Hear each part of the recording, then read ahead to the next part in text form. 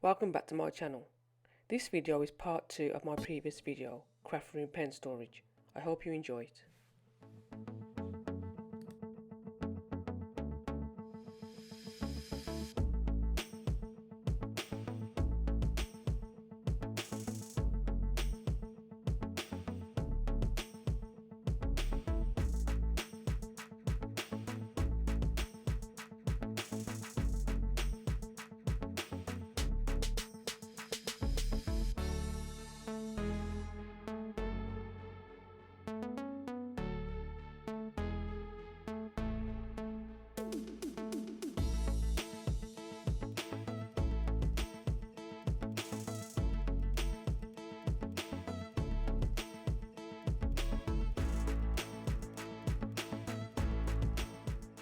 The wooden box lid I'm using in this video was half of another project I was working on, and it was another desktop pen storage unit, and it originally was a wooden carry case which was just lying around the house and I didn't use anymore, so I thought I would utilise it and make it into something useful.